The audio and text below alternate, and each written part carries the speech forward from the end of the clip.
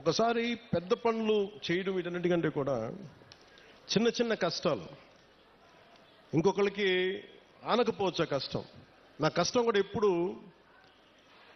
ఒక కష్టాలు. నేను ఒక గిరిజన గ్రామంలో ఉంటే, ఒక తాండాలో నేను పెరుగుతూ ఉంటే, నాకు నిజంగా నా సోదరుకో ఎవరికో ఒక చిన్నపాటి ఇబ్బంది వచ్చి నేను హాస్పిటల్కి తీసుకెళ్ళినప్పుడు రోడ్డు సౌకర్యం లేక డోలీ మీద తీసుకెళ్ళాలి అంటే ఎంత కష్టపడతామో, ఎంత ఇబ్బంది ఉంటుందో నేను అనుభవించకపోయినా కానీ నాకు ఆ కష్టం నేను మనుషుల్ని చూసి అర్థం చేసుకున్నాను.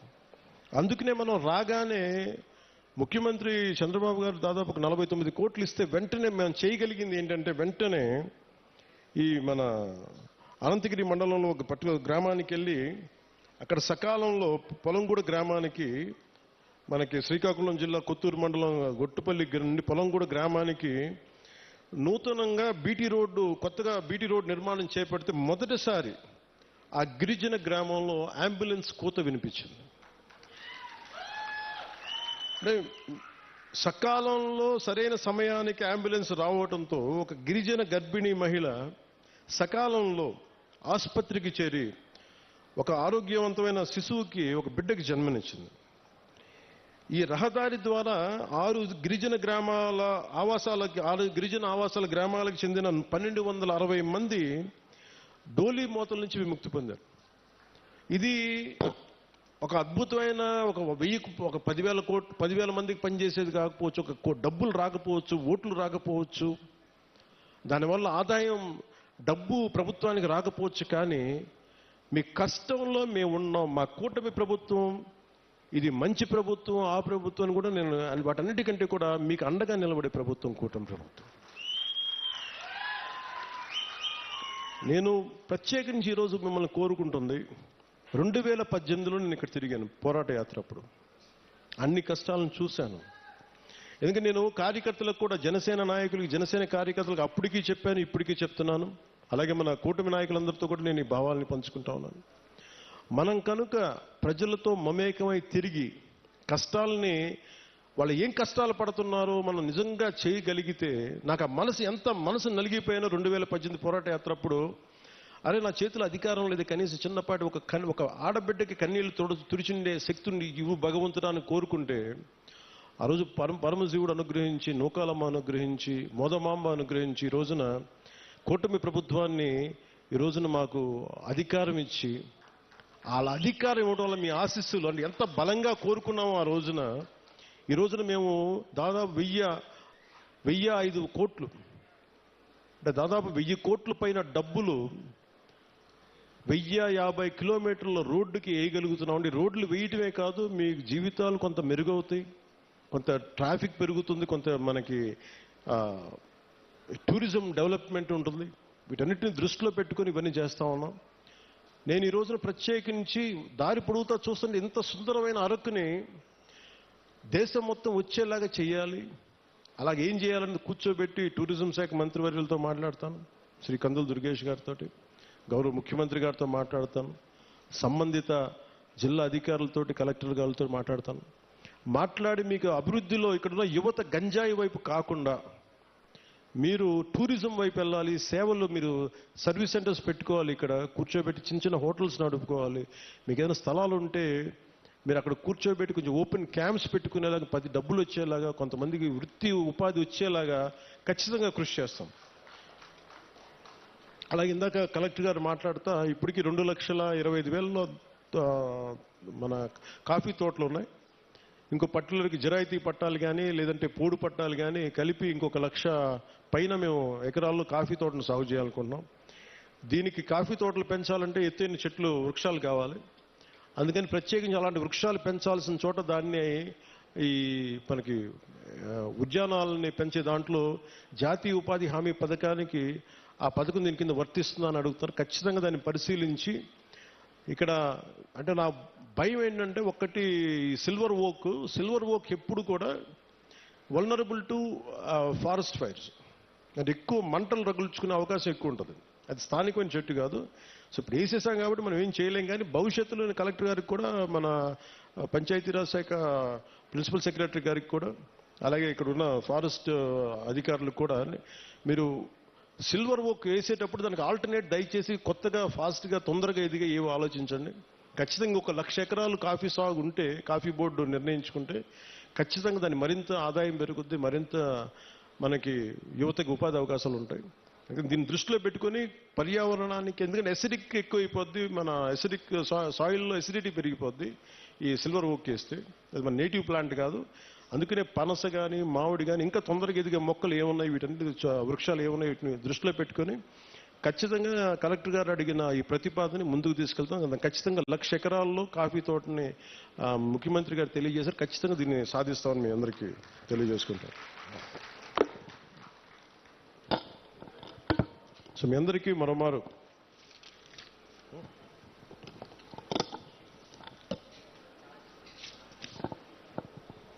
ఇంకా చేస్తారు, ఇంకా బస్తర్లోనూ ఇక్కడంతా ఇంకా మనకి చిల్లంగి అని చేస్తారంట. ఎప్పుడు చిన్నప్పుడు ఇప్పుడు నేను తులసి నవలు చదివాను, కానీ బస్తర్ నుంచి దార్కా వచ్చాడు, కాద్రా వచ్చాడు.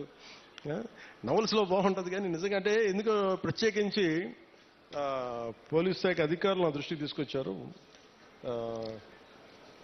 ఎస్పీ గారు నా దృష్టికి తీసుకొచ్చారు, ఎస్పీ గారు డిఎస్పీ గారు ఇద్దరు. అంటే అరకు పరిసర ప్రాంతాల్లో ఇప్పటికీ చాలా మంది చెడుపు, చిల్లంగి మరియు చేతబడి వంటి మూఢనమ్మకాలని ఉన్నాయి. దానివల్ల పొరపాటున మానసికంగా మన ఇంట్లో బాగలేకపోతే, ఒకరికి ఎవరికైనా మానసిక వ్యాధి ఏదైనా వస్తే మనకు పడని శత్రువు ఎవడన్నా చిల్లంగి చేశాడు, చేతబడి చేశాడని చెప్పి కొట్టి చంపేయటం, ఇలాంటి చేయటం దాదాపు గత కొన్ని సంవత్సరాలుగా 9 మందిని చంపేశారనేది ఒక రికార్డు పోలీస్ శాఖ అధికారులు పెట్టారు. సో వారి విజ్ఞాపన, వారి విన్నపం ఏంటంటే, ఎట్టి పరిస్థితుల్లో మీరు దయచేసి దీని అలా ఆ మూఢనమ్మకాల వైపు వెళ్ళకండి. ఏదైనా బాగలేకపోతే ఎందుకు బాగలేదు అని దృష్టిలో పెట్టుకొని అట్లా ఆలోచించమని, అందుకని దీనికోసం ప్రత్యేకించి వికాస్ అనే ఒక కార్యక్రమం ప్రారంభించారు.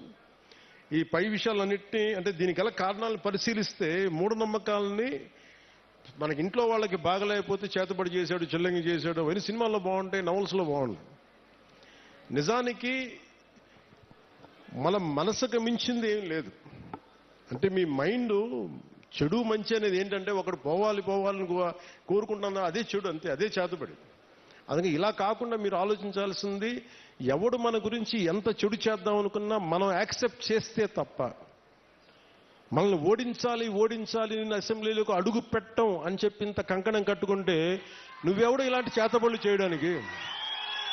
ఇలా చూడండి, మనంటే పట్టణంలో ఎప్పుడు మాట్లాడతారు, అందువల్ల. కానీ మనం ఎలా ఎదుర్కోవాలి? కూర్చొని కొట్టడాలు ఇవన్నీ కాదు. బలంగా మన మనస్సు బలంగా ఉంటే ఏది పనిచేయదు, మనకి ఏది దుష్టశక్తి మన మీద పనిచేయదు. ఎందుకంటే ఒక్కసారి ఇలాంటి మూఢ విశ్వాసాలని నేను కూర్చోబెట్టి వెంటనే తీసేయమని కష్టం, నేను అర్థం చేసుకోగలను. కానీ వీటికి మించి మీరు ఆలోచించాల్సిందిగా, ముఖ్యంగా యువతకి, ఆడపడుచులకి, మహిళలకి చెప్తున్నా. ఒక తరం అది నమ్మారు, ముందుకు వెళ్ళిపోయారు. తులసి నవల్స్ లాగా బస్తర్ అడవుల నుంచి ఒకరు కొంతమంది వస్తారు, ఇలా చేశారు అని. ఇవన్నీ పాతకాలం, అన్నీ అయిపోయినాయి. మీకు ఎవరైనా సరే చెడు చెయ్యాలనుకున్నోడు కూడా మనకి ఎవడు చెడు చేయలేడు, మనం బలంగా ఉంటే మనం ఏదైనా ఎదుర్కోగలం. అందుకని ప్రత్యేకించి వీళ్ళెవరో మనకి చెడు చేశారు, చేతబడి చేశారు, చిల్లంగి చేశారు, వీటికి లోను కాకుండా, ఉద్రేకాలకి లోను కాకుండా, చట్టాన్ని మీ చేతుల్లోకి తీసుకోకుండా, ఇలాంటి జరగకుండా మీరు చూసుకోవాలి మనస్ఫూర్తిగా నేను మీకు కోరుకుంటా ఉన్నాను. అందుకని వీటన్నిటిని దృష్టిలో పెట్టుకొని అవగాహన కార్యక్రమం, వికాస్ అనే కార్యక్రమాన్ని శ్రీకారం చుట్టారు ఉన్నత పోలీసు అధికారులు. దీంట్లో భాగంగా జిల్లాలోని పోలీసు, రెవెన్యూ, వైద్య, ట్రైబల్ డిపార్ట్మెంట్ మరియు వివిధ రకాల సంస్థలు సంయుక్తంగా గ్రామాల్లో పర్యటించి ఇలాంటి చిల్లంగి కావచ్చు, ఇలాంటి చేతబడుల మీద కావచ్చు అవగాహన కల్పిస్తూ, ఎవరికైనా సరే అనారోగ్య సమస్యలు ఉన్నా, మానసికంగా ఎటువంటి సమస్యలు, దానికి కారణం చిల్లంగి ఇటువంటి చేతబడులే కాదు, వారి యొక్క సమస్యకి పరిష్కార మార్గం హాస్పిటల్స్లో ఉంటుంది. లేదంటే ఏమున్నాయని చెప్పి వాటిని నిజంగా మనం కొంచెం లాజికల్గా ఆలోచించి మెడికల్ పాయింట్ ఆఫ్ వ్యూలో దాన్ని కరెక్ట్ చేయాలని మనస్ఫూర్తిగా పోలీస్ శాఖలు కోరుకున్నాను. మేము ఆంధ్రప్రదేశ్ ప్రభుత్వం, కూటమి ప్రభుత్వం నుంచి మేము కోరుకుంటా ఉన్నాం.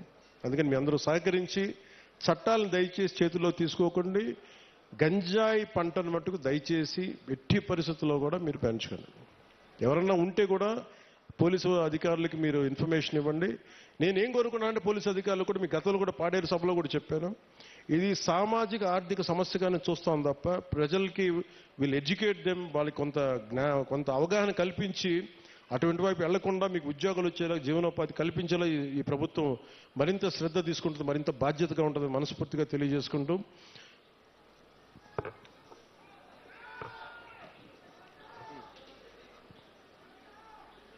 అలాగే అంటే మీతో మాట్లాడుతూ ఉంటే ప్రతి డిపార్ట్మెంట్ నాకు ఒక విజ్ఞాపన ఇస్తుంది, మీరు చెప్పండి మీ వాళ్ళందరికీ. సో అలాగే అటవీ శాఖ తరపు నుంచి ఒక విన్నపం వచ్చింది. దయచేసి మనం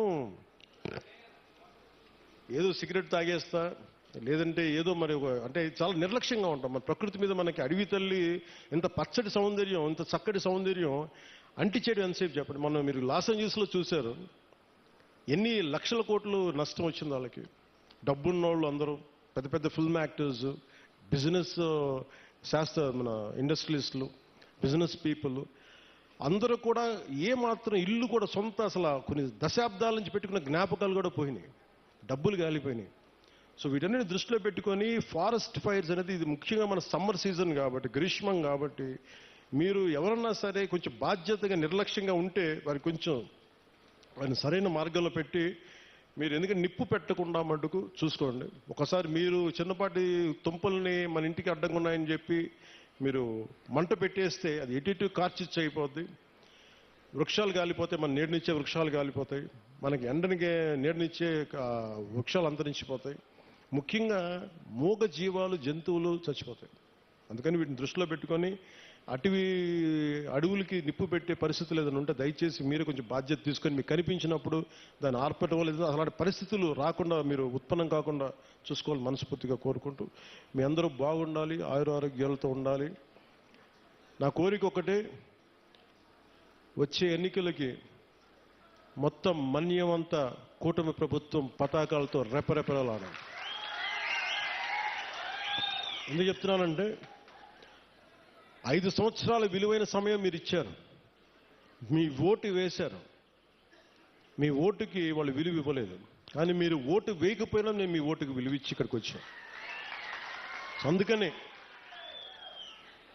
ఎందుకంటే నేను మీకోసం నేను పదే చెప్తున్నాను, 15 సంవత్సరాలు ఈ కూటమి ప్రభుత్వం ఉంటుంది. కేంద్రంలో ఎన్డీఏ ప్రభుత్వం, భారతీయ జనతా పార్టీ లీడింగ్ పార్టీగా నరేంద్ర మోదీ గారు ఎలాగైతే చేశారో అంత బలంగా 3 పర్యాయాలు ఉంటే తప్ప మనకి విభజన సమయం నుంచి గత పాలన వరకు ఎంత నలిగిపోయాం అది బయట పడాలి అంటే మాకు ఒక 15 సంవత్సరాల మీ ఆశీస్సులు కావాలి. మేము కింద పడతాం, మీద పడతాం. ముఖ్యమంత్రి గారు చిన్న భిన్నమైన ఆర్థిక వ్యవస్థని సరిచేస్తా ఉన్నారు, నేనేమో మీకు తిరుగుతూ ఉన్నాను. మేము మీకోసం పనిచేస్తాం, కానీ మీ ఆశీస్సులు కావాలి మాకు. మీ ఆశీస్సులు ఇవ్వండి మాకు. మీకోసం తిరుగుతాం, ఒళ్ళుంచి పనిచేస్తాం, మీకు అండగా ఉంటామని తెలియజేసుకుంటూ ప్రతి ఒక్కరికి పేరు పేరున ధన్యవాదాలు తెలుపుకుంటూ మీ భవిష్యత్తు కోసం మన కూటమి ప్రభుత్వం. జై హింద్, జై భారత్.